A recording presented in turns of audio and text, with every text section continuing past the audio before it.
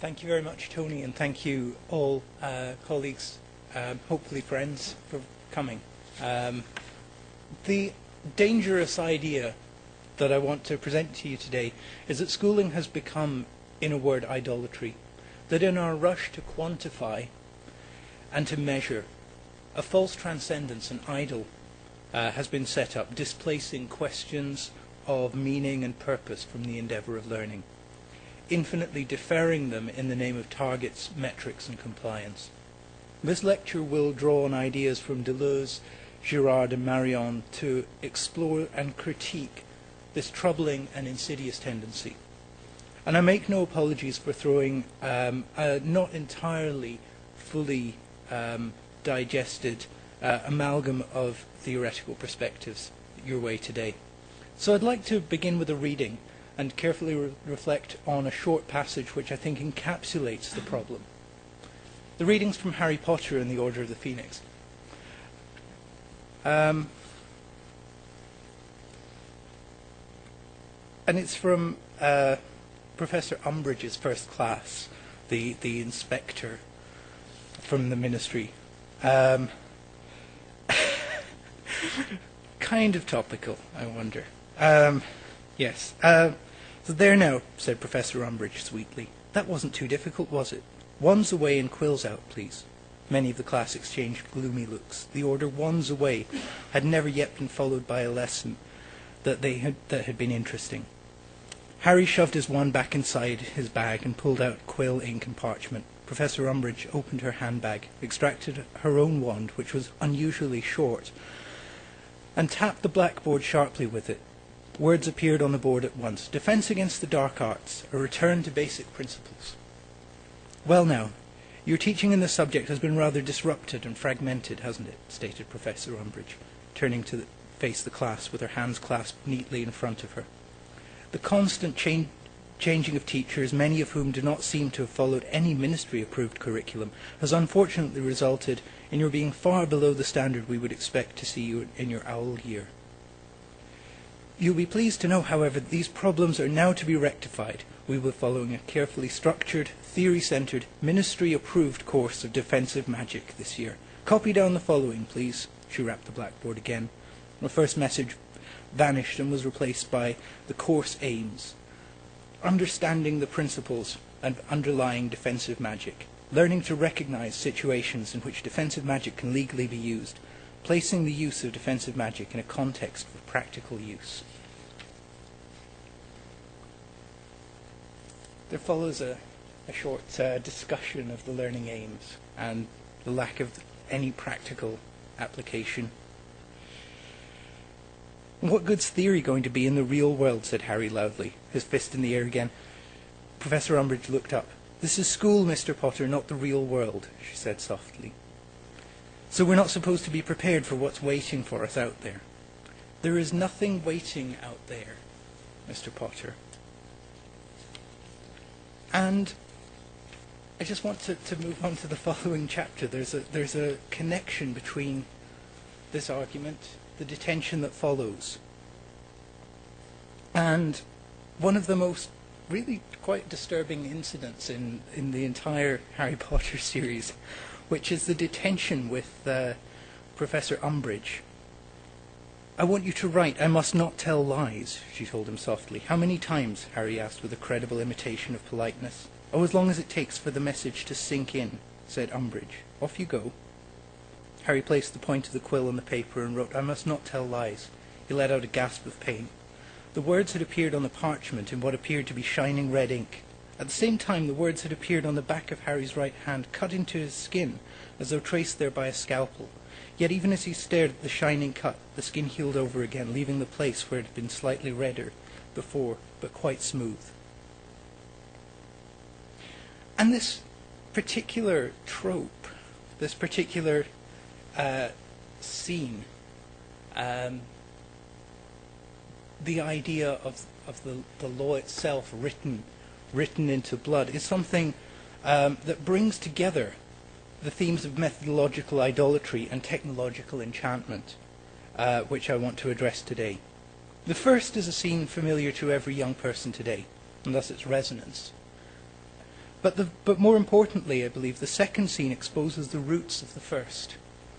As Althusser observes, the ideological state apparatus functions primarily by ideology, by targets, measures, efficiency, but also secondarily by violence, by repression. The scene borrows its fundamental trope from Kafka's In the Penal Colony. In this short story of Kafka's, a traveller, an outsider, is witness to an execution by the use of a device, the harrow, which writes the law he has transgressed on his body with a needle, slowly bleeding the prisoner to death. What differentiates the two is, in a word, magic. In Kafka's story, the destruction of the harrow unveils its incredible complexity, while in the world in which we commonly inhabit, technology functions in a way as if it were enchanted. In his analysis of the concept of disenchantment, the political philosopher Charles Taylor writes about the notion of porous personalities that defined pre-modern humanity.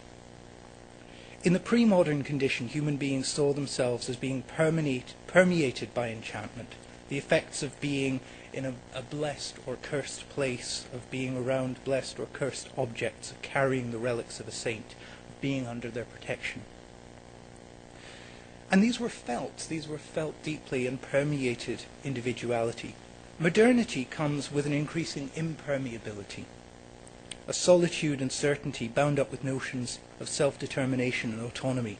But I'm convinced, and I owe a debt to Hakim Kasamali, an Internet of Things designer, for this idea that enchantment is making a return. The concept of technology as something that is almost indistinguishable from magic. Hakim and I differ, however, in that I'm also convinced that this is not a good thing. Returning to the first part of this scene from Harry Potter, something familiar to every young person, the language of targets, outcomes, objectives, has come to dominate the thinking of schools. In my own research in religious education, this was no exception. Ninian Smart coined the term methodological agnosticism to describe the bracketing out of truth claims for the sociological study of the phenomenon of religion. And this has been criticized in the context of RE by Marius Felderhoff, who attacks this as a form of methodological atheism, educating against commitment, educating with an indifference to truth claims. But I want to argue that what we really saw was neither the sociological agnosticism nor the secularizing atheism, but in fact that RE today, like much of the curriculum and like Umbridge's lesson, has become an exercise in methodological idolatry. Transcendence itself is subordinated to such a goal. So we have the tiny icon of Our Lady next to this giant A-level grade thermometer. The obviousness of target-driven education is illustrated by one senior manager in an integrated school, which was set up by members of the Protestant and Catholic churches in Belfast as a response to the Troubles. And he tells me, it'd be lovely to think that many of our parents send their children here because it's an integrated school. I firmly believe that the majority of people would send their children to our school because it's a successful school. It gets good marks. It can keep children who may have been deemed a failure by the 11+ system and turn them into successful learners, to high achievers. That's the law of the jungle. That's why parents would send their children to our school. And then secondarily, yes, it's an integrated school. I want my children to mix with Catholics and Protestants and so on. And what in the early 90s seemed to be a surprise when PAXI, the Parental and School Choice Interaction Study led by Carl Bagley at the Open University, remarked on with surprise the complex game playing which schools engaged in to corner their market, is now accepted in this naturalistic sense. It's the law of the jungle, commonplace and obviousness of educational practice. In another telling example, in the RE study, a senior manager in a suburban school in London tells me about the history of their admissions policies. Aptitude testing, until this was banned, then interviews until the Labour government also disallowed it. upon which the school looked back into its 16th century founding document and found a reference to the 39 Articles of the Church of England, and concluded that it's the school with a religious character. Adherence to religious faith, though no specific one, formed one of the school's new selection criteria. Commenting that some parents, for example, consider that sending their daughter to a Girl Guide troop that meets in a church hall might meet that requirement, this assistant head remarks, without any apparent sense of irony, some parents really do abuse this faith requirement, though. It's become an obviousness. It's become something we don't even pay attention to, and it's become something of an idol within our education system. The philosopher René Girard offers an account of mimetic desire, which I think encapsulates what I think is happening here. For Girard, all desire is imitation. When human beings desire an object, they desire not the object itself, but the model, the person who possesses the object. Drawing on a rather idiosyncratic interpretation of Hegel, Girard concludes that whenever a person recognizes the other, they recognize themselves as being drawn into a master-disciple dialectic. For Girard, the origins of all the religions of the world, their myths, rites, in particular rites of sacrifice, can be found in attempts to mediate this conflict. The master must be seen as transcendent, beyond ever being appropriated. So the imitation of the master ceases to be a danger, because they are in another realm. For this to happen, the master must first be put beyond us, behind a veil. Most often, Girard argues, this happens after the fact. The righteous man is killed. Cain kills Abel. Romulus kills Remus. And only after this is revered, because their death puts an end to the rivalry, puts them beyond.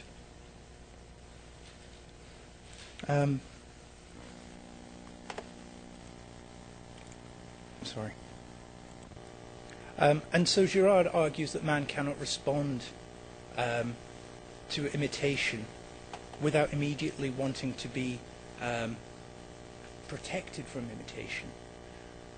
I believe that this concept of mimetic rivalry can be used to understand what's going on in school choice, what's going on in the kind of examination idolatry that I'm talking about here. And I want to just briefly pause from hearing my voice and take a slightly different approach to this. It all began with the book of Job. As we all know, things turned out bad for Job. He loses everything. His house, his family, his possessions, and so on. 3 friends visit him, and each of them tries to justify Job's misfortunes. The greatness of Job is that he does not accept this deeper meaning. When, towards the end of the book of Job, God himself appears, God gives right to Job. He says everything that the theological friends were telling Job is false, everything Job was saying is true. No meaning in catastrophes. Here we have the first step in the direction of delegitimizing suffering. Father, stay with me. Don't leave me.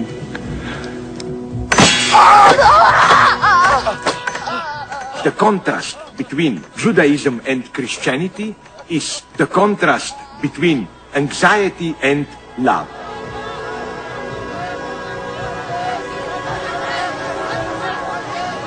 The idea is that the Jewish God is the God of the abyss of the other's desire. Terrible things happen, God is in charge, but we do not know what the big other God wants from us, what is the divine desire. To designate this traumatic experience, Lacan used the Italian phrase "che vuoi?" What do you want? This terrifying question, but what do you want from me?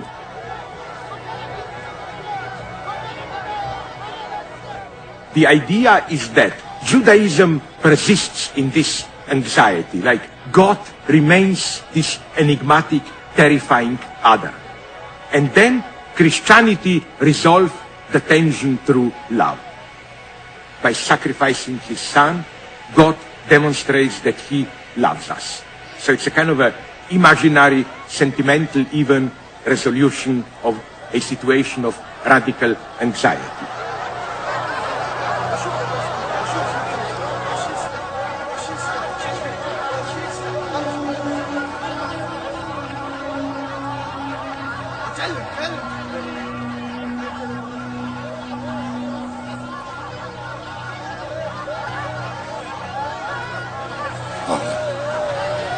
Forgive.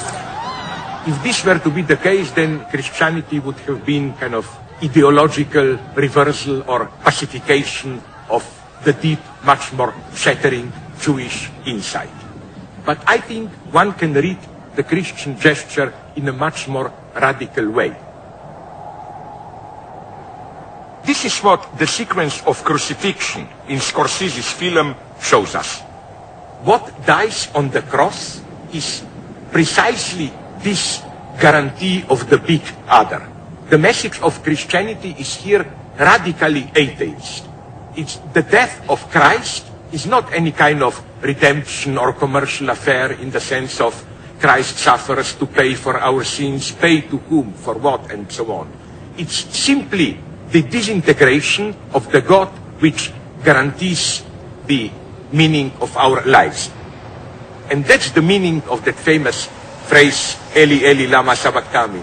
Father, why have you forsaken me? Father! Why have you forsaken me?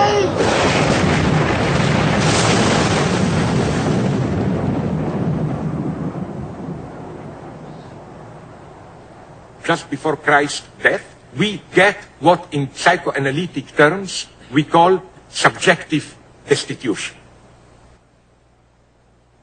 Stepping out totally of the domain of symbolic identification.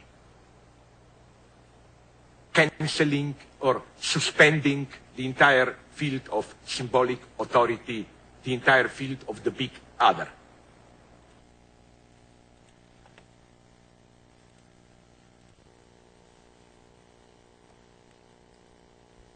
With regard to Zizek's rather idiosyncratic interpretation of Scorsese, if not of Christianity, there is a relationship here to the work of René Girard, particularly around this beginning in the book of Job. For Girard, it's this interpretation of Job that marks Christianity and Judaism as distinct from the religions of the world. Girard notes the presence of this master-servant dialectic in the text. It's not so much the physical misfortunes that Job suffers, the loss of his herds, his children, that grieves him, as the shame of his society. Job's interlocutors see in this shame, this public judgment, in this mob justice, they see the justice of God. The nature of Job's fall from grace means that God must be against him. He must be a sinner. The nature of this in Job's obstinacy, though, is the Judeo-Christian departure from the wisdom of the world. There is no transcendence to be found in mob justice. It's a false transcendence. And this is where I draw the notion of false transcendence or idolatry. There is no meaning in suffering imposed by the majority. It's by revealing the innocence of the victim, in particular in Christ, that the Christian message nullifies the sacrificial mentality, Girard argues. Such an account is antithetical to the imitative and sacrificial economy that necessarily underpins the culture of targets and the culture of metrics. That the child, the student, internalizes in themselves this rhetoric of competitive, imitative literally imitative. Here you've got the particular target individuals of the examination curriculum.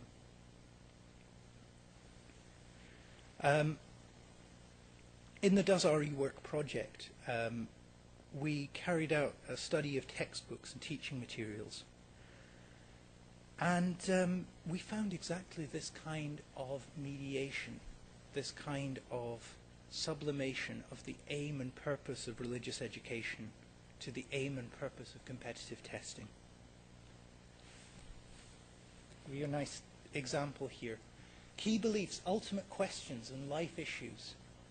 What key issues, what ultimate questions are contained within? Key Beliefs, Ultimate Questions and Life Issues is designed to support Module 2 of AQA's Specification B for Religious Studies. Fully covers the content requirements of this module and can be used to resource a whole short course or half a full course GCSE in Religious Studies. This book is written by senior examiners who have used their experience to cover everything your students need to know. Right away you've got the appeal to authority.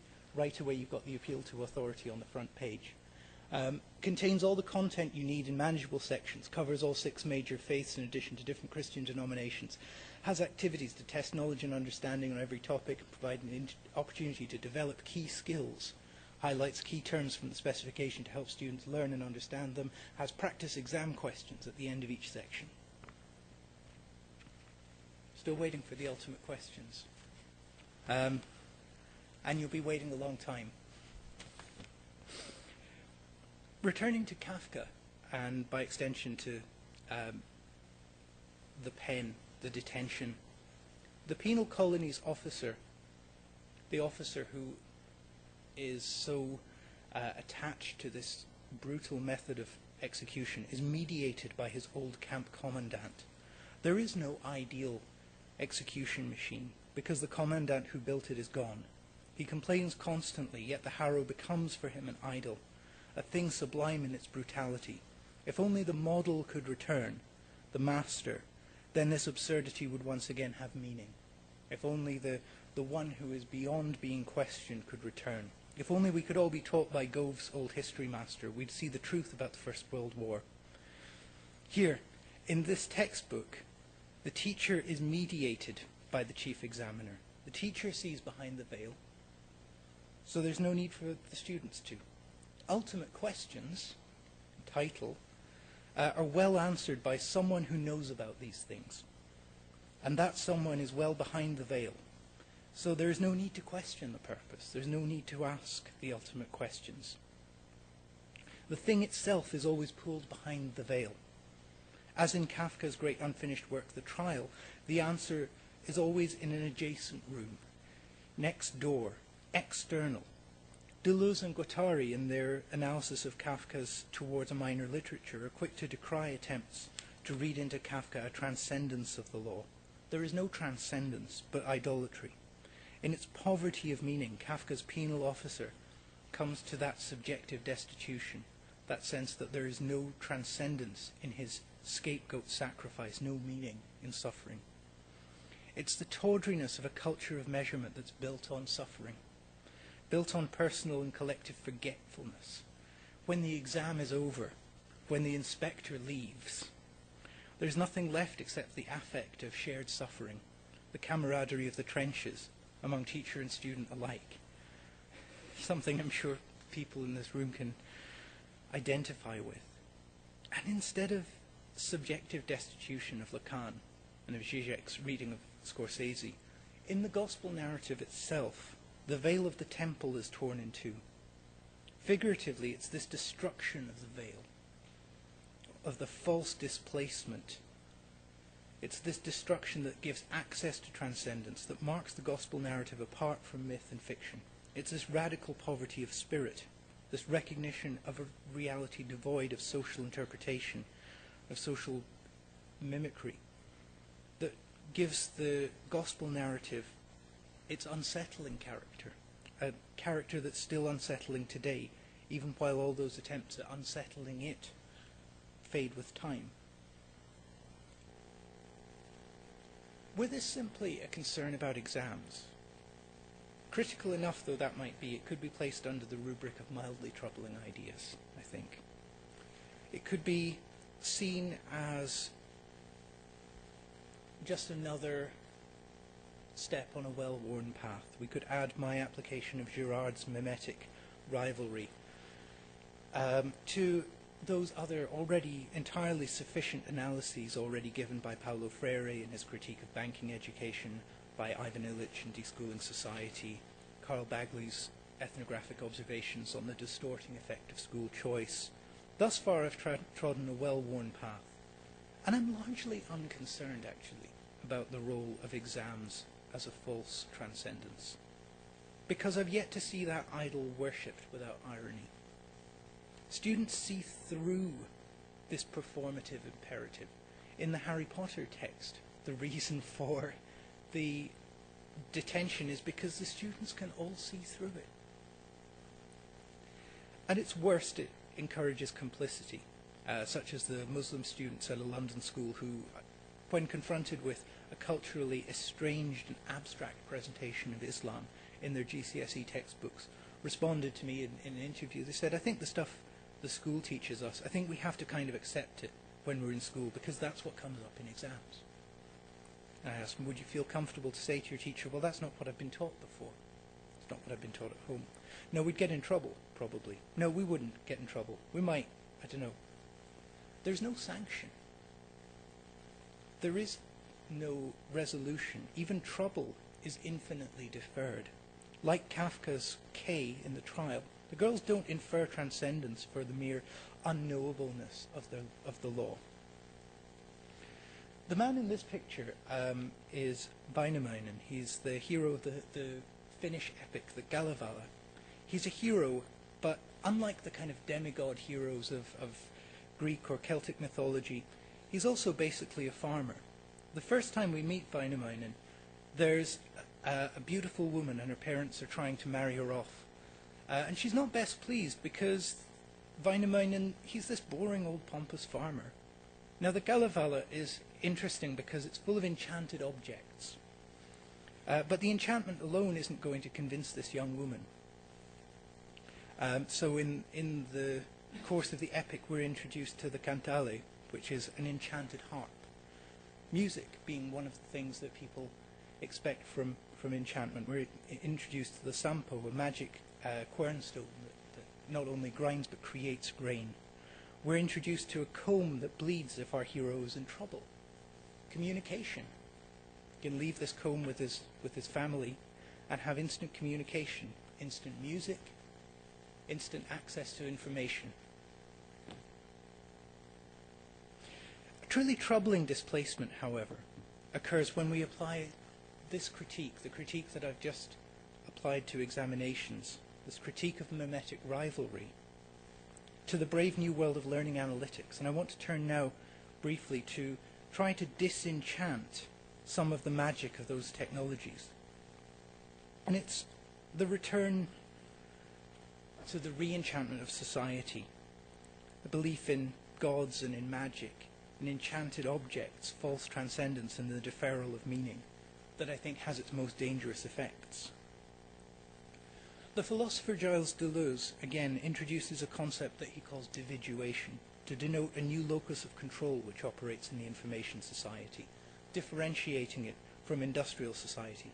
While industrial societies were characterized by enclosure, the school, the factory, archetypally the prison, the societies of control divide the individual among competing and ceaseless entailments which make a claim on the person. This change is not difficult to observe in schooling, and again, Deleuze observes the modulating principle of salary according to merit has not failed to tempt national education itself. Indeed, just as the corporation replaces the factory, perpetual training tends to replace the school, and continuous control to replace the examination, which is the surest way of delivering the school over to the corporation.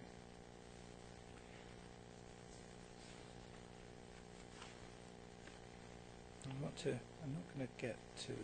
Where's it?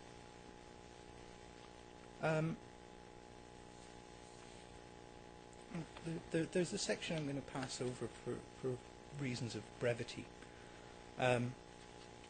But I want to just suggest that an aspect of technological education is its obsession with informationalism, its obsession with information itself. And in particular, within learning analytics, we start to see a model of knowledge, the information theoretic account of knowledge, which really says that knowledge is simply passed on through causal chains, which works perfectly well when computers are communicating with other computers, but which simply cannot encapsulate the relational and personal nature of the way that human beings think of the learning encounter. In contradistinction to this causal proposal, Marion draws attention to responsibility as something that's characteristic of the human call response. Responsibility is not caused, but given. It's a function of mindness, the characteristic according to which I am at issue, in person and without any possible substitution. A claim imposes a choice on me, or better, that a claim poses me as the place where one might recognize oneself. A causal chain of information is insufficient to such an approach, but it's also importantly unnecessary, because human knowledge is in some sense intrinsic. It is something that happens to me. It is not something that happens in the abstract. It is not something that can be transferred from one node to 4 million other nodes, as in the case of some massive online courses. The brain doesn't internalize the process of creating representations. The brain is not a computer, and the computer cannot be the master model for human cognition to aspire towards.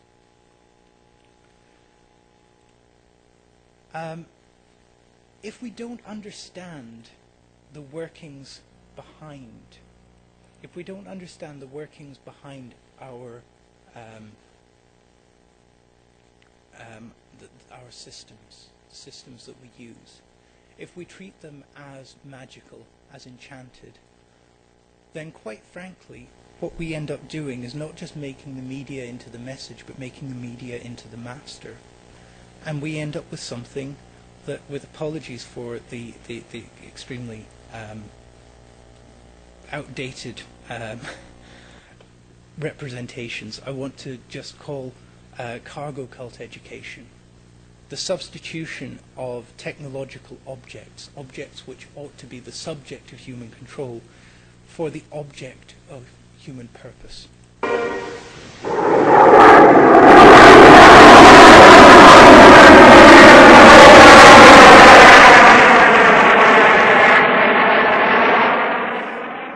But one day the Aborigine descends from the inland mountains, and as he gets closer to the coast, he jumps hundreds of centuries in only a few days.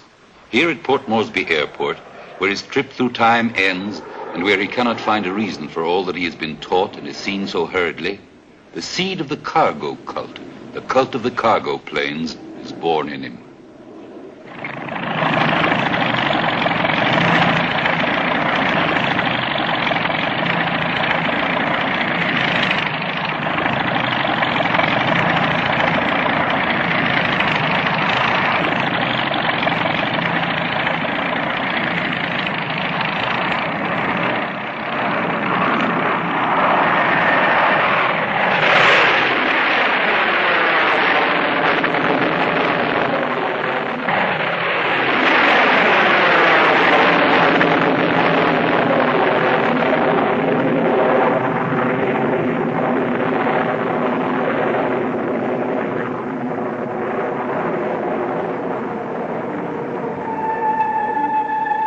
Along this great ocean route, 10 cargo planes connect Hong Kong with Australia.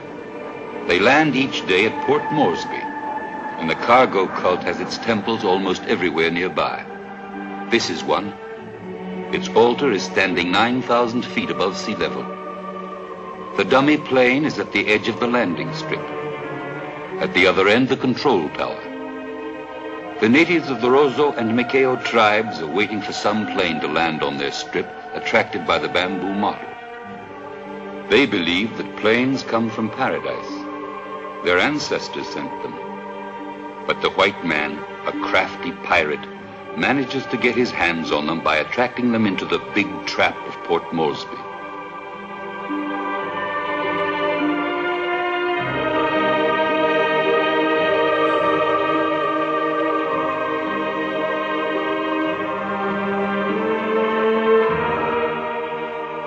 You build your plane too, says the cargo cult doctrine, and wait with faith. Sooner or later, your ancestors will discover the white man's trap and will guide the planes on your landing strip. Then you will be rich and happy.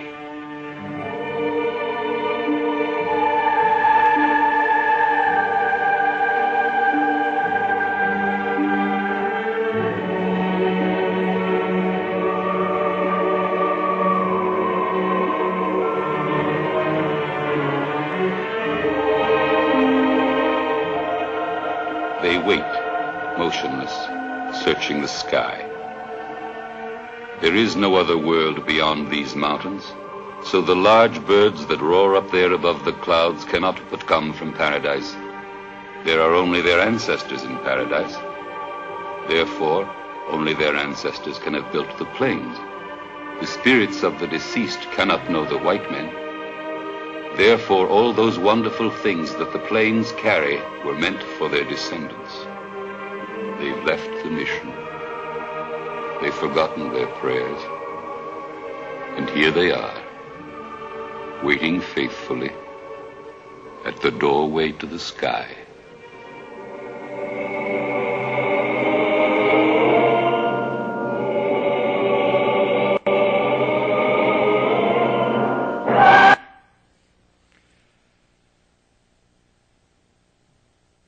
We didn't get here by accident, and we didn't get here by magic. The measures that we use did not come from magic, and the sanctions that we use to impose them didn't come here by magic. We built them. They have cogs, they have parts, they have wheels, and those wheels are information. I want to conclude really just by saying that if cultural norms are founded, as Girard suggests, on a concealment or a deferral, the teacher as seer uncovers the fact of subjective destitution, uncovers the fact that these rules are not the law of the jungle. They didn't happen by nature and they didn't happen by magic.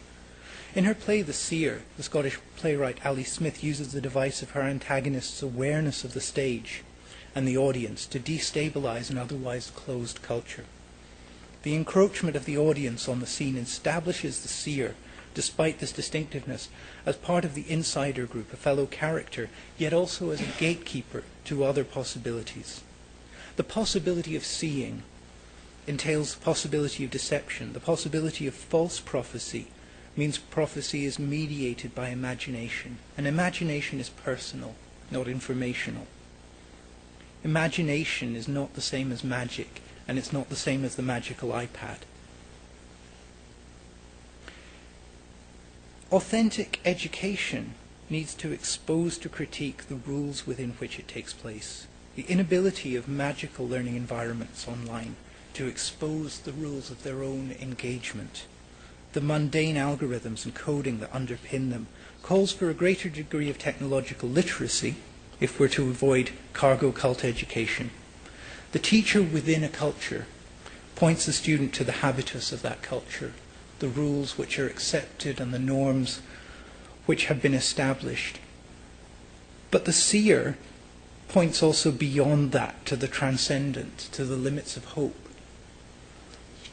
And my conclusion, if there is one, is that we need to be more interested in seeing, more interested in exposing, more interested in transcending. So thank you very much for your time, for listening.